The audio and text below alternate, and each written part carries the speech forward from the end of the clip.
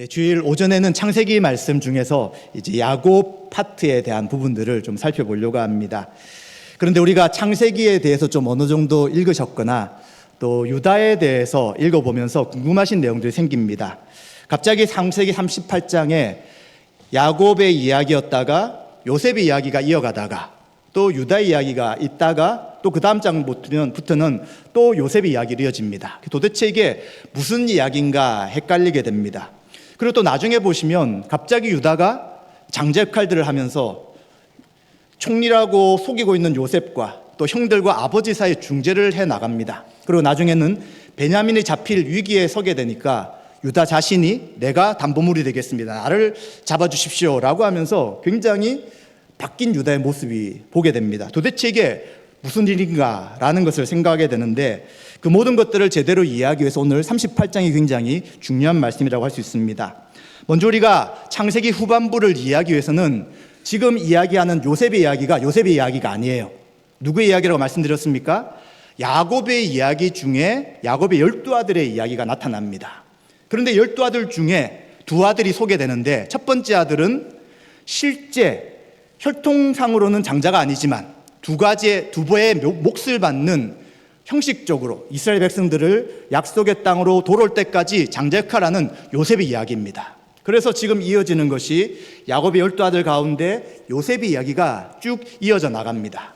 그래서 요셉이 실제 두 몫을 받기 때문에 요셉의 두 아들인 에브라임과 베냐민이 어디에 들어가게 됩니까? 12지파에 포함되는 거죠. 요셉 지파가 있는 것이 아니라 두 아들이 지파에 포함되어서 12지파를 포함하게 되는 것입니다. 그러면 실제적으로 예수 그리스도가 오시고 다윗이 태어나게 되는 그 왕의 족보는 어디에 있을까요? 다 알다시피 유다입니다. 그래서 오늘 38장은 요셉의 이야기뿐만 아니라 실제적인 다윗의 후손으로 오게 될 유다가 어떤 삶을 살았고 또 어떻게 해서 유다의 지파 가운데서 그리스도가 오시고 다윗이 오시느냐 하는 이야기를 해주는 굉장히 중요한 본문이 바로 38장입니다. 읽다가 왜 갑자기 중간에 요셉의 이야기가 하다가 야곱의 유다의 이야기가 나오고 또 이게 성경 전체에서 어떤 흐름이 있는가라고 읽다가 이해가 안 되신 분들은 이런 관점으로 생각하시면 성경 전체 창세기가 다 연결이 될 수 있습니다. 그래서 오늘 우리는 이 본문을 통해서 야곱의 12아들 가운데 유다가 어떤 삶을 살았는가, 또 실제는 유다는 굉장히 죄악된 사람이었어요. 이 죄악된 사람이 어떻게 해서 그 족보 가운데서 다윗의 후손으로 이어지는 그 족보에 올릴 수 있는 그러한 자가 되었는가라는 것들을 생각하며 같이 은혜를 나누고자 합니다. 1절에 보시면 창세기 38장 1절에 그 후에 라는 말씀이 나타납니다. 언제를 이야기할까요? 그 37장에 있는 요셉이 이제 애굽으로 팔려간 그 뒤를 이야기하는 것입니다. 유다는 요셉을 팔았습니다. 실제는 형들이 요셉을 구덩이에 넣었죠. 아버지의 명을 받고 형들이 어떻게 지내는가를 보기 위해 먼 길을 왔지만 형들은 요셉이 꼴보기 싫었습니다. 뭐라고 하냐면 꿈꾸는 자가 온다, 그를 구덩이에 넣어서 죽인 다음에 그 꿈이 어떻게 되는지를 보자 라는 악한 마음을 가지게 됩니다. 그리고 그를 구덩이에 집어넣죠. 그런데 첫째 루벤은 좀 다른 생각이었습니다. 이제 틈을 봐가지고 그를 건져내서 아버지에게 돌리고 싶었습니다. 그런데 그가 없는 시간에 사건이 터진 것이죠. 유다가 다른 제안합니다. 우리 손에 그를 죽이기보다 그냥 팔아버리자, 그것이 낫지 않느냐라고 했을 때 다 동참하게 되고 이제 이스마엘 상인에게 그를 넘기며 이 요셉은 이제 애굽으로 팔려가게 되는 것이죠. 그래서 성경에 나중에 다음 장부터 보시면 요셉의 인생은 계속 내려가는 거예요. 애굽으로 내려가고 애굽에서 또 종이 되었다가 감옥으로 내려가고, 그 인생은 계속해서 내리막길을 걷고 있는데 그 일에 단초가 되는 역할을 한 사람이 바로 유다였던 것입니다. 그런데 이 유다가 이제 이상한 삶을 살아갑니다. 굉장히 방황하고 있다는 것을 성경은 말씀해 줍니다. 2절부터 5절에 보시면 그는 이제 어떤 시점부터 형제들을 떠납니다. 즉 가나안 땅을 떠나 살아가게 되는 것이죠. 야곱과 함께 지내는 것이 아니라 가나안 땅을 떠나서 이방인들이 사는 곳으로 흘러가 버립니다. 여기도 내려간다라고 표현되어 있는데 이 단어가 요셉이 내려갔다는 단어와 똑같은 원어 구약의 히브리어 단어를 쓰고 있는 것이죠. 요셉만 내려가는 것이 아니라 또 족보 가운데 있어야 될 유다 인생도 내려가는 인생 속에서 아버지 형제들을 떠나서 약속의 땅이 아닌 곳에 있게 되는 것이죠. 또 누가 어울리게 되냐면 가나안 사람들과 어울립니다. 그래서 아둘람 사람이라는 히라와 가까이 지내다가 누가 또 결혼하게 되냐면 가나안 사람 수아의 딸을 만나서 결혼하게 되는 것이죠. 우리가 족장들의 삶을 보게 되면 아브람도 그렇고 이삭도 그렇고 야곱도 그렇고 웬만하면 그 족속 안에서 같은 가문 안에서 결혼하려고 하지 가나안 땅의 사람이나 이방인들과는 결혼하지 말라는 그런 약속들, 그런 부탁들을 많이 합니다. 그런데 유다는 이상하게도 가나안 여인과 결혼하며 그 인생을 살아가게 되는 것이죠. 그런데 아들을 3명을 낳습니다. 엘이란 아들과 오난이란 아들과 셀라란 아들을 낳고요. 이제 가나안 성읍에 있는 거십이라는 곳에서 거주하고 있었습니다. 이처럼 유다는 인생에 방황하는 삶을 살아갑니다. 언제부터였냐면 요셉을 팔아넘긴 다음부터 그의 인생도 계속해서 내리막길을 걷고 있는 것이죠. 우리가 앞에 있는 37장만 보았을 때는 어쩌면 유다가 죽이려고 했던 요셉을 살린 것 아니냐라고 생각할 수 있습니다. 그렇죠. 죽이기보다는 팔게 했으니까. 그런데 그것이 좋은 의도가 아닌 것입니다. 유다의 악한 모습 속에서 이제 돈을 받고자 하는 그러한 마음으로 팔아버린 것이지 그를 살리고자 하는 마음은 전혀 없었습니다. 그렇죠. 가나안 땅과 그리고 애굽 땅은 굉장히 먼 곳입니다. 그리고 팔려가는데 그가 어떻게 잘 살겠다고 생각할 수 있겠습니까? 분명히 그 인생은 어려움이 있고 어떻게 되는지 상관없다. 거의 죽이는 것과 마찬가지로 우리들 손에 피만 흘리지 말자라는 마음으로 팔아넘겼기 때문에 결국은 유다와 그 모든 형제들은 동일한 악한 마음으로 그의 동생의 꿈, 특히 이 꿈은 하나님 주신 꿈이기에 하나님을 대적하면서 하나님 어떻게 되는지 보겠습니다 라고 하는 그 교만이 하늘까지 치더란 그 삶을 살아가고 있는 것이죠. 그러다 보니 그 유다의 인생도 내리막길을 향해 가며 그는 이방 여인과 결혼하며 아들을 낳고 하나님 없는 삶을 살아가고 있는 것입니다. 그런데 이제 그 인생에 어려움을 겪게 됩니다. 6절부터 11절에 보시면 그의 첫째 아들을 위해서 가나안 여인이었는지 여인이 아니었는지 다말이라는 여자와 결혼을 시킵니다. 다말의 뜻은 종려나무란 뜻인데 성경은 가나안 사람인지 또 가문에 이어진 사람인지 설명해 주진 않습니다. 그러나 이제 이 여인과 결혼하고 첫째 엘이 죽게 됩니다. 이유가 무엇입니까? 이유는 설명하지 않아요. 단지 여호와 보시기에 악함으로 그를 죽이셨다라고 말합니다. 사실 이 악하다는 것을 누구에게 적용시켜야 될까요? 사실은 유다에게 적용시켜야 됩니다. 유다가 악하였기에 아들이 죽었다라고 해야지만 하나님 유다는 살리세요. 그 대신 아들이 악하게 아들을 죽이셨다라고 이야기합니다. 그러니 이제 누가 남습니까? 며느리만 남게 됩니다. 그리고 둘째 이제 오난에게 이 아버지가 무엇을 요청하냐면 그 당시 이제 나중에 성경의 율법에도 기록이 되지만 첫째 아들이 자식을 이어가지 못합니다. 그러면 계대교린이라는 방식으로 그 자식이나 그 집안의 유력한 자가 그 사람과 그 사람의 대를 이어갈 수 있도록 이제 그 남은 여인이 그 일들을 감당하게 되는 것이죠. 그래서 아버지가 며느리에게 그것을 요청합니다.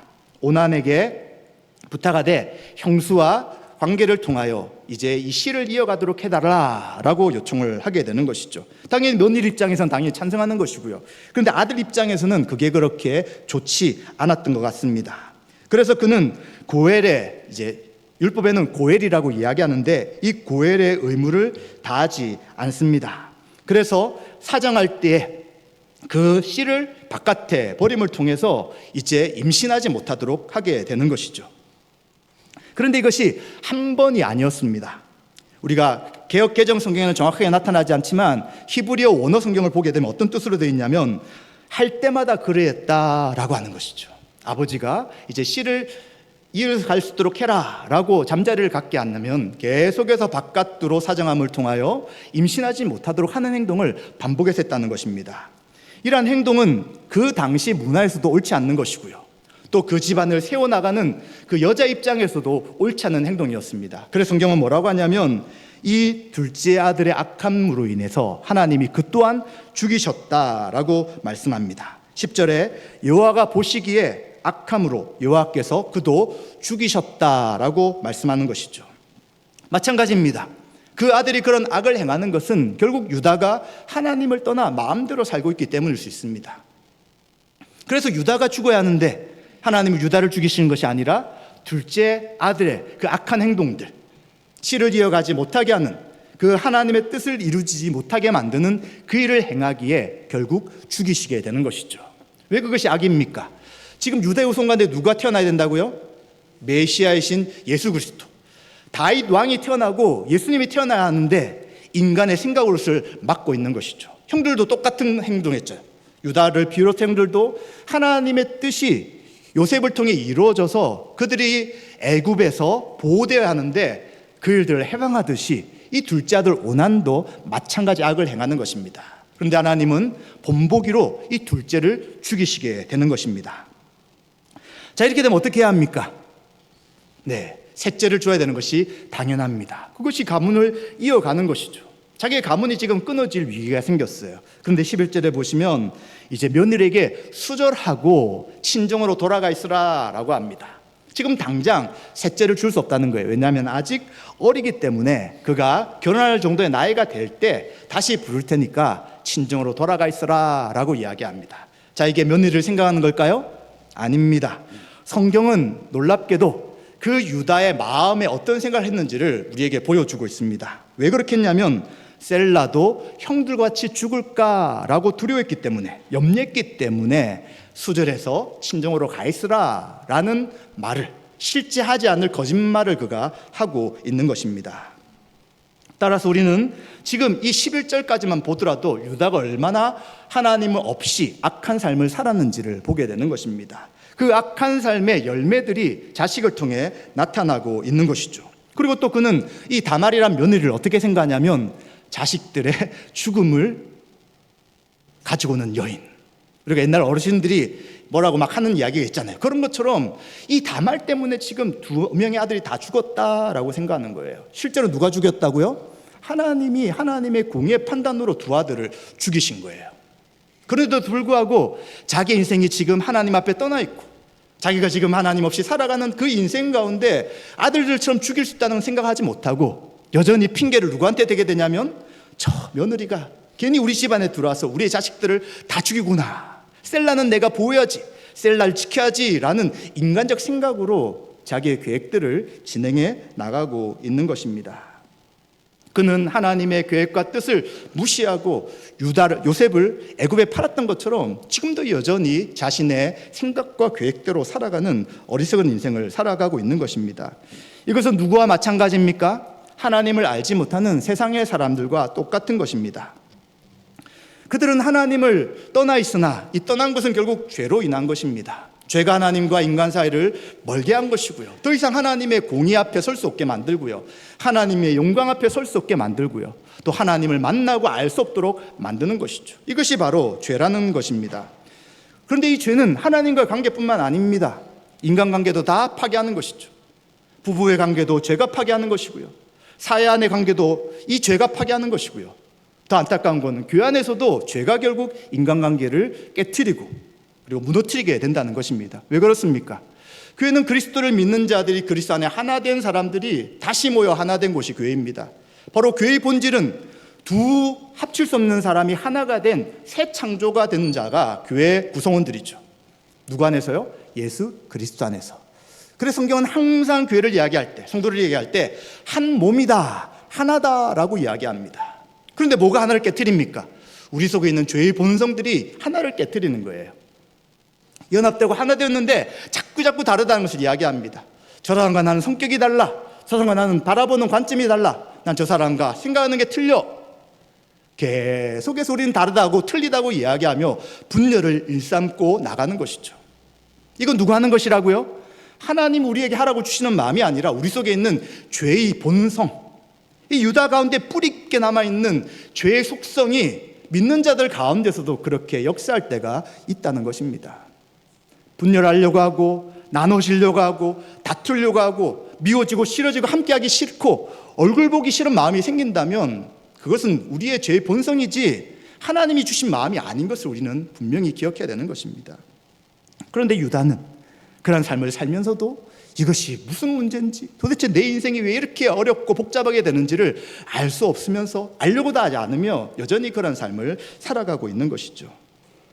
그랬더니 또 그 인생에 또 어려움이 하나가 더 생깁니다. 12절에 보시면 그가 사랑했던 아내, 이 수아의 딸이라는 이 아내가 죽게 됩니다. 이 여자 이름도 설명하지 않고 어느 쪽에 있던 사람인지도 알 수 없으나, 그러나 가나안 여인이었던 아내가 이제 죽게 되는 것입니다. 유다가 이제 위로를 받은 후, 위로를 받는다는 것은 애도하는 기간을 가지고 그 시간을 지났다고 하는 것입니다. 이제 여전히 그가 친하게 지냈던 아둘란 사람 히라에게 찾아가서 함께 딥나로 올라가게 됩니다. 인생에 어려움들이 생기면 무슨 뜻일까요? 유다 같은 경우는 아버지가 하나님을 아는 사람, 믿는 사람, 또 그의 후손들, 그의 족보를 쭉 올라가게 되면 하나님이 아브라함을 부르셔서 그 족보가 이루어지는 사람에도 불구하고 그가 인생 앞에 어려움을 겪을 때 하나님 앞에 돌아가야 된다라는 생각을 전혀 하지 못하고 있는 것이죠. 그냥 인생이 어렵네, 두 아들이 죽더니 딸도 죽네 정도만 생각하고 그냥 이제 애도한 다음에 일상의 삶으로 돌아갑니다. 여전히 이방인 친구와 지내면서 자기의 삶을 하게 되는 것이죠. 딥나로 올라가서 무엇을 합니까? 양털 깎는 자에게 자기의 양들을 다 맡기는 것입니다. 이 일은 우리가 지금 가축을 키우지 않기 때문에 모르지만 그 고대나 지금도 그렇겠지만 이제 추운 겨울이 지나면, 추울 때는 양털 깎을 수 없잖아요. 추운 겨울이 지나고 봄에 양털을 다 깎게 됩니다. 그런데 이제 지금처럼 뭐 기계로 깎을 수 있는 것이 아니라 다 같이 한 곳에 모여서 이제 깎는 사람들의 도움을 받아서 깎게 될 때 수많은 사람들이 모이게 되는 것이죠. 그래서 그곳에서는 잔치도 벌어지고요. 그리고 서로 축제를 벌이고 또 이제 1년에 한 번씩 만나니까 주고받은 것이 있다면 그때 다 해결하는 그러한 공식적인 절기는 아니지만 함께 사람들이 모이는 축제 장소가 바로 양털을 깎는 그곳에서 일어나고 있었던 것입니다. 그래서 그는 그를 위해서 딥나로 올라가 일상의 삶을 살아가게 되는 것이죠. 그런데 이 유다의 삶과 다르게 그의 며느리 다말은 좀 다른 생각을 합니다. 계속해서 그는 수절하고 있는데 시간이 지났는데 분명히 셀라를 통해서 후손을 이어가야 해요. 자기가 그 일을 감당해야 될 사명이 있다고 생각하는데 시아버지는 자기를 부르지 않는 것이죠. 그리고 양털을 깎기 위해 딥나에 올라간다라는 소식을 듣게 되었습니다. 그때 14절에 보시면 이 다말이라는 며느리가 이상한 행동을 합니다. 어떤 행동합니까? 과부로 사람들에게 알리기 위한 옷을 입고 있다가 그것을 벗어버려요. 그리고는 너울로 얼굴을 가릴 뿐만 아니라 온몸을 휘감아 버립니다. 자신이 누군지를 알 수 없도록 변장하는 것이죠. 그리고는 딥나에 누가 있다고요? 시아버지가 있는 그곳에 있는 에나임이란 문 앞에 앉아 있는 것이죠. 왜 이런 이상한 행동을 하고 있습니까? 그는 시아버지를 알아볼 수 없도록 변장하고 그리고 시아버지를 통해서 그 씨를 이어가려고 하는 이러한 해괴망측한 계획을 세우고 있는 것입니다. 그래서 어떤 시점을 잡았느냐? 유다가 이제 애도 기간이 지나서 긴장이 좀 풀릴 시점, 그리고 양털을 깎아서 또 술도 마시고 잔치도 벌이는 굉장히 편안한 시간, 이때를 기다려서 그는 그곳에 기다리면서 이제 시아버지가 오기를 준비하고 있는 것입니다. 그녀도 마찬가지로 그는 자신의 역할들을 감당하기 위한 셀라를 통해 후손을 계속 이어갈 일을 해야 하지만 부당함을 당하고 있는 것이죠. 아버지가 아무 이유 없이 그냥 셋째가 또다시 죽을 것 같은 두려움 때문에 그 일들을 하지 않는 것에 대해 그 문제를 직접 해결하기 위해 딥나로 가게 되는 것입니다. 자, 이 정도 보면 이게 도대체 무슨 막장 드라마도 아니고 이런 이야기가 성경에 있는가? 유다에 대해서 아신 분은 알았겠지만 이 정도 가문이 유다냐, 지파냐라고 할 정도의 굉장히 우리의 도덕적 상식을 볼 때는 이해할 수 없는 일들이 일어나고 있는 것입니다. 이제 이러한 상황 속에서 유다가 딥나에 올라갔을 때 여자가 앉아 있는 걸 보게 되는 거예요. 그런데 그 모습들이 어떤 모습이었냐면 창녀 같은 모습으로 앉아 있는 것이죠. 그래서 그는 묻습니다. 나에게 무엇을 주고 내게 돌아오겠느냐라고 이야기를 합니다. 그랬더니 이제 유다는 내 염소 새끼를 너에게 줄 테니까 나와 잠자리를 갖자라는 요청을 하게 되는 것이죠. 그런데 다말은 이제 담보물을 요청합니다. 염소 새끼를 받기 전까지 당신이 줄지 안 줄지 모르니까 확인할 수 있는 담보물을 주십시오 라고 요청하면 뭘 요청하냐면 도장과 그리고 끈과 손에 있는 지팡이 3가지를 달라고 합니다. 이것이 무엇이냐면 그 당시 유다도 한 집안의 우두머리였어요. 족장이라고 이야기할 수 있는데 내가 이 집안의 가장 높은 사람이다 라는 자신의 신분을 나타내는 것이, 권위를 나타내는 것이 바로 이 3가지가 되는 것이죠. 이것을 통해서 내가 어떠한 사람이다 라는 것을 알게 되는 것입니다. 그래서 이 담보물을 요청한 이유가 무엇일까요? 지금 이 다말은 어떤 성적인 유익을 위해서 이걸 하자고 하는 행동들이 아닌 것이죠. 그는 정말 자신들이 해야 될 역할, 자신이 해야 될 역할, 지금과는 좀 다릅니다. 그 고대에서는 여인의 역할이 그의 후손을 이어가는 것을 가장 중요한 사명이라고 생각했던 시대인 것이죠. 그래서 그 일을 하기 위해 행동하고 있다는 법적 증거물인 이 3가지를 확보하게 되는 것입니다. 그래서 성경은 이러한 행동에 대해 판단하지 않는 것이죠. 다말이 이런 악한 행동을 했다, 다말은 죄인이다 라고 말하지 않고 그냥 이런 행동을 했다라고 이야기합니다. 더 분명하게 이야기하는 것은 유다의 어리석음에 대해서 계속 이야기하는 것입니다. 그가 아무리 며느리가 변장했을지라도 며느리인 것을 알지 못한 어리석음 가운데 있는 것이고요. 그는 며느리를 계속해서 속이며 셋째를 주지 않음에도 불구하고 줄 것이다 라고 거짓말하는 삶을 계속 살았던 것을 보게 되는 것이죠. 그래서 성경은 다말에 대한 이야기가 핵심이 아니라 유다가 지금 얼마나 악한 삶을 살아가고 있고 유다가 얼마나 하나님의 뜻과 관계없는 일 속에서 자신의 인생을 낭비하고 있으며 죄악 가운데 머물러 있는지를 표현해주고 있는 것입니다.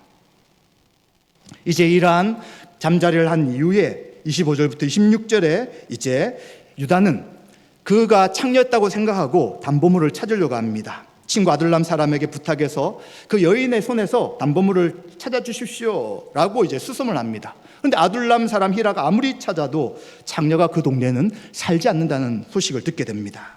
그래서 도대체 이게 무슨 일인가 라고 생각했지만 더 이상 따질 수 없는 것은 혹시 이것 때문에 나중에 부끄러움을 당할 수 있기 때문에 그냥 내버려 두자라고 없었던 것처럼 넘어가게 되었습니다. 그러다가 3개월이 지난 다음에 놀라운 소식을 듣게 됩니다.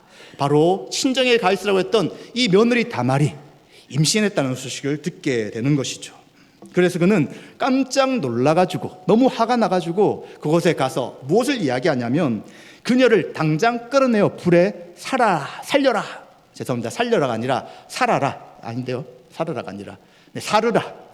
불에 태워버려라 라는 화형을 명령하게 되는 것이죠.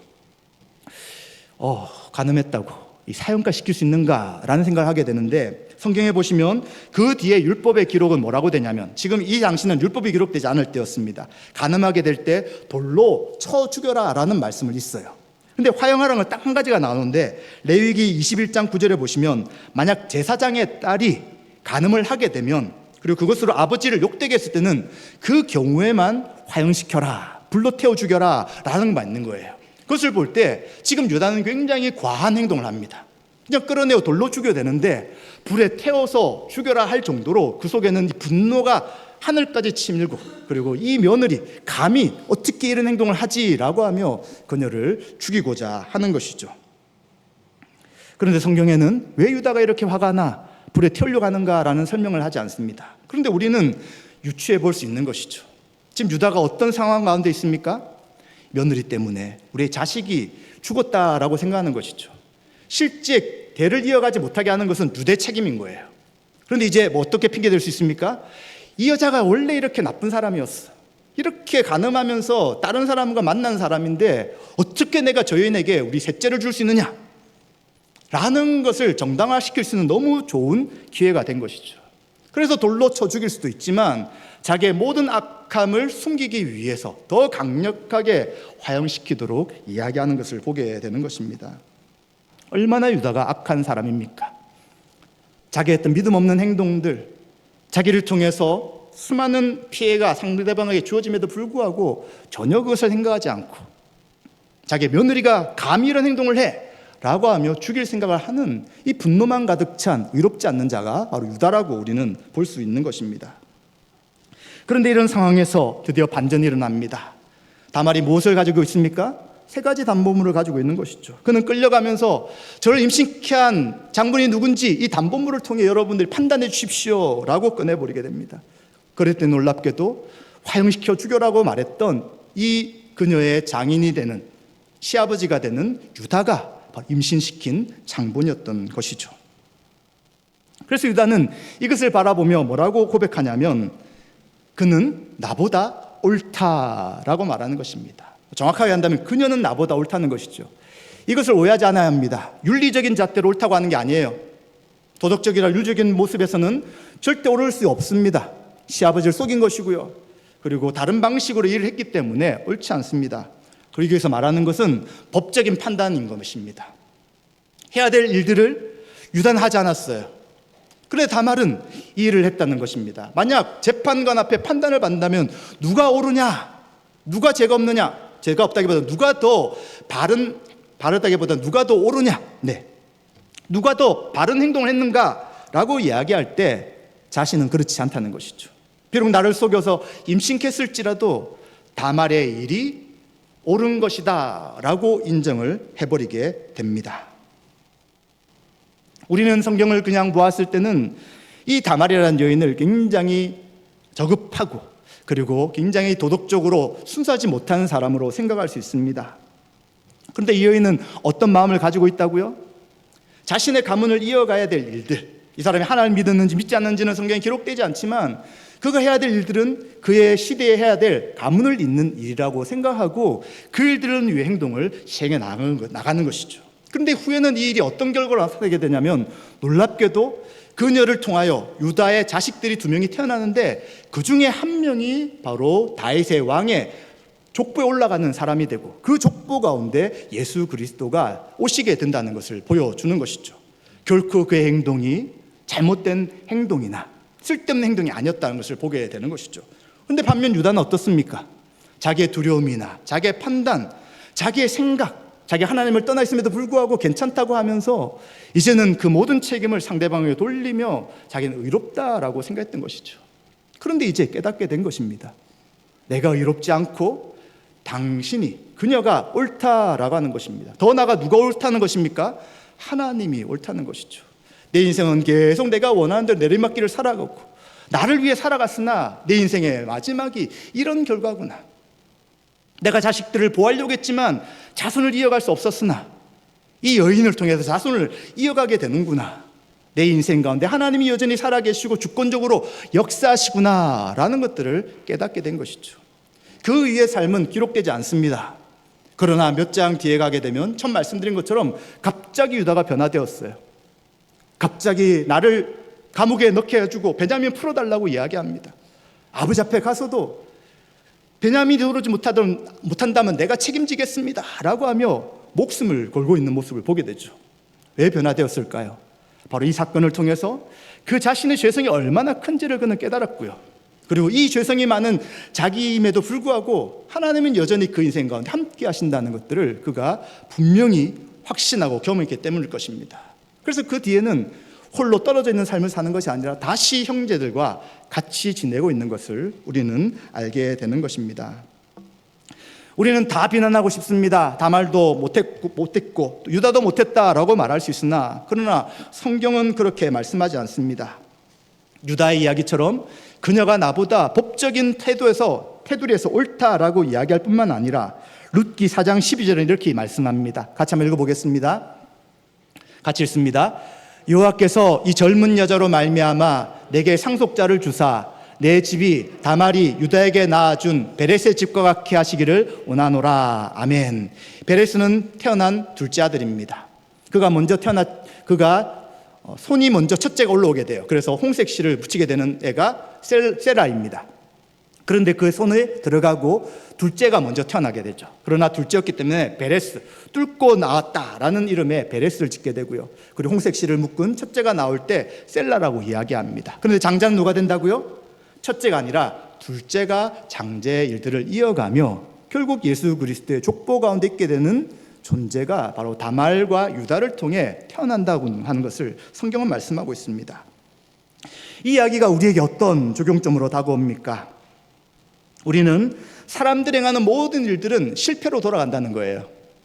하나님 없이 살아가는 모든 계획들은 스스로 볼 때는 괜찮은 것처럼 보이지만 항상 약점이 생겨요. 항상 변수가 있기 때문입니다. 계획하지 않는 수많은 일이 생기는 것이죠. 그런데 하나님이 함께 하실 때는 어떻습니까? 변수가 너무 많게 보여요. 예측이 안 돼요. 도대체 이렇게 하면 뭐가 될까라고 생각하지만 하나님은 놀랍게도 그 하나님의 지혜와 하나님의 거룩하심과 하나님의 뜻 가운데 그 악한 인생 속에서도 하나님의 구원의 일들을 이루어 가시는 것이죠. 그래서 우리는 유다에 대해서 잘 몰랐으면 당연히 유다라는 사람 통해서 예수 그리스도의 족보에 이어질 사람이 됐겠지. 얼마나 잘했으면 네 번째 아들이 그 장제 역할을 감당할까라고 말할 수 있지만, 그런 하나님의 전적인 은혜라는 것을 생각해야 합니다. 하나님의 전적인 은혜로 이렇게 악한 자가 예수 그리스도의 족보의 일을, 놀라운 일을 하게 됐다는 것이죠. 또 우리는 그것만 알아야 합니까? 또 다른 것도 생각해야 합니다. 우리는 유다와 같은 삶을 살아갈 때가 너무 많다는 거예요. 내가 옳다는 거죠. 너 때문에 이런 문제가 생긴다고 이야기합니다. 당신 때문에 우리 집이 이렇게 어려워졌고요. 당신 때문에 내가 힘든 거고, 그리고 당신 때문에 교회가 어려워진 것 아닙니까? 라고 하며 자꾸 내가 옳다고 이야기할 때 참 많습니다. 여러분, 내가 옳나요? 우리 자신 그렇게 옳습니까? 그러지 않잖아요.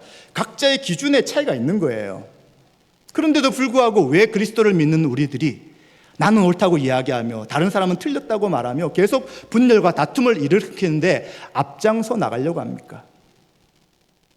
왜 모든 판단과 결정이 내 뜻으로만 이루어져야 된다고 생각하십니까? 왜 그러냐면 아직도 우리 속에 유다와 같은 죄의 본성이 남아있기 때문입니다. 그래서 항상 우리는 경계해야 돼요. 내가 신앙생활 잘한 것처럼 보이고 내가 우리 교회에서 믿음이 가장 크다고 생각할지라도 내 속에는 죄의 본성이 남아있다는 생각을 해야 되는 것입니다.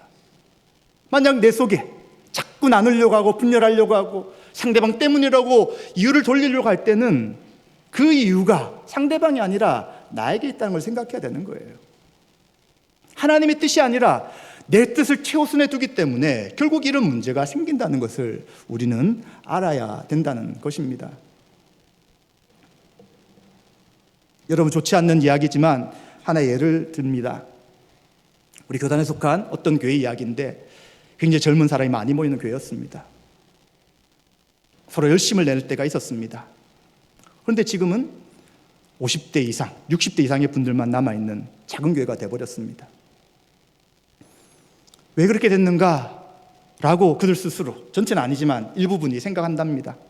우리들이 내가 옳다고 이야기하며 싸웠기 때문이 아니냐, 내가 옳다고 이야기하며 분열했기 때문에 이렇게 된 것이 아니냐. 지금은 젊은 사람을 찾아볼 수 없기에 후회하는 사람들이 생겼고요. 또 그것을 알지 못한 사람은 여전히 그냥 우리만 신앙생활 잘하면 되지라고 생각을 하고 있다고 합니다. 그 이야기를 들었을 때 남들같지 않았습니다. 혹시 우리도 내가 옳다고 생각하지 않나요? 나의 기준으로 다른 사람을 정죄하고 판단하며 당신만 없다면 우리 교회는 좋을 것이야, 당신만 없다면 모든 문제가 사라질 것이야 라고 생각하며 여전히 마음을 닫고 있지는 않습니까? 여전히 비판의 눈으로 상대방의 행동을 비판하고 자신 속에 있는 악함을 보지 못하고 있지는 않습니까? 여러분, 시간이 별로 없습니다. 지금도 계속 그런 관점으로 여러분들이 지낸다면 결국 10년, 20년 뒤에 우리 교회는 그 어떤 교회와 마찬가지로 어르신들만 남을 거예요. 그럼 과거를 돌아보겠죠. 예전에는 젊은이들이, 아이들이 많았는데 지금은 아무도 없구나. 그땐 늦습니다.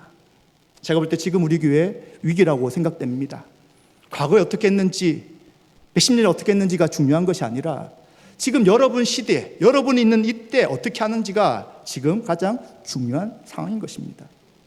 만약 지금 여전히 똑같은 마음과 생각으로 하나님 앞에 하나됨을 지켜나가지 못한다면, 남 때문입니다, 저 사람 때문입니다 라고 시작한다면 결국 우리는 이 길을 계속 내려가며 내리막길로 치달을 것입니다. 그런데 한 사람이라도 내 때문입니다, 당신이 나보다 옳습니다, 내가 옳다고 생각했지만 당신의 말이 더 맞습니다 라고 한다면 우린 내리막길의 교회가 아니라 다시 분명히 일어서고요, 하나님 주실 은혜 가운데 교회가 새롭게 회복될 것입니다. 그것은 누구에게 맡긴 것이 아니라 여러분 각자 한 사람 한 사람에게 다 맡긴 것입니다. 이제부터 핑계대지 마십시오. 저 사람 때문이고 교회가 옛날부터 이랬고 목사 때문이고 누구 때문이다 말하지 마시고요. 하나님은 각자에게 그 책임들을 다 물으실 것입니다. 그렇다면 분명하잖아요. 하나님 은혜를 구해야 되고요. 내가 옳은 것이 아니라 당신이 옳습니다. 또 누가 옳다고요? 하나님이 옳다고 해야 되는 것이잖아요. 하나님이 하나 되게 하시려고 하는 일들, 또는 약한 성도들을 세우라는 일들, 마음이 안 먹고 힘들더라도 같이 가라는 일들, 이 모든 일들을 하나님이 옳습니다 라고 하고 순종할 일이 우리 일이지, 어찌 감히 우리가 내 감정, 내 생각, 내 뜻을 주장하면서 끝까지 우리의 생각을 관철시키려고 합니까? 이것은 결코 하나님 앞에 올바른 행동과 마음의 자세가 아닌 것입니다. 그런 마음의 자세, 생각 어디서 나온다고요? 우리 속에 있는 죄의 본성이고요. 죄의 본성 십자가 못 받고 없애야 되는 것이지, 그것이 당연하다고 주장하는 일이 절대 아닌 것을 생각해야 할 것입니다. 사랑하는 성도 여러분, 유다 인생은 내리막길이 되었습니다. 그러나 하나님은 그에게 간섭하셔서 다말이란 며느리를 통해 그의 잘못된 인생을 멈추게 하시고요, 놀랍게도 자기가 없는 그를 예수 그리스도의 족보 가운데 있는 그러한 사람으로 세우신 것을 보게 됩니다. 그래서 야곱은 그에게 축복할 때 너 위에 다스린 홀이 영원히 할 것이다 라는 놀라운 약속을 하시는 것이죠. 마찬가지입니다. 하나님 우리를 성도로 부르시고 교회로 부르셨습니다. 죄성을 드러내고 싸우라고 부르신 것이 아니라 죄를 멈추고 하나 되어서 하나님 영광을 드러내도록 우리를 한 교회로 부르셨습니다. 그렇다면 그것을 우리는 지켜나가야 됩니다. 당신이 하십시오라는 소극적 자세도 좋지 않습니다. 상대방이 잘못이다라는 마음은 더 좋지 않는 것이죠. 우린 같이 이제 한 마음으로 우리의 갈 길을 세워나가지 않는다면 10년, 20년, 30년 뒤에 우리의 교회 모습이나 또 우리가 하나님을 썼을 때 내가 너를 서울대방교에 불러줬는데 거기서 도대체 무엇을 했느냐라고 물으신다면 우리는 뭐라고 대답할 수 있겠습니까? 일에 대해 하나님의 긍휼하심과 은혜가 있으시기를 주님의 이름으로 축원드립니다.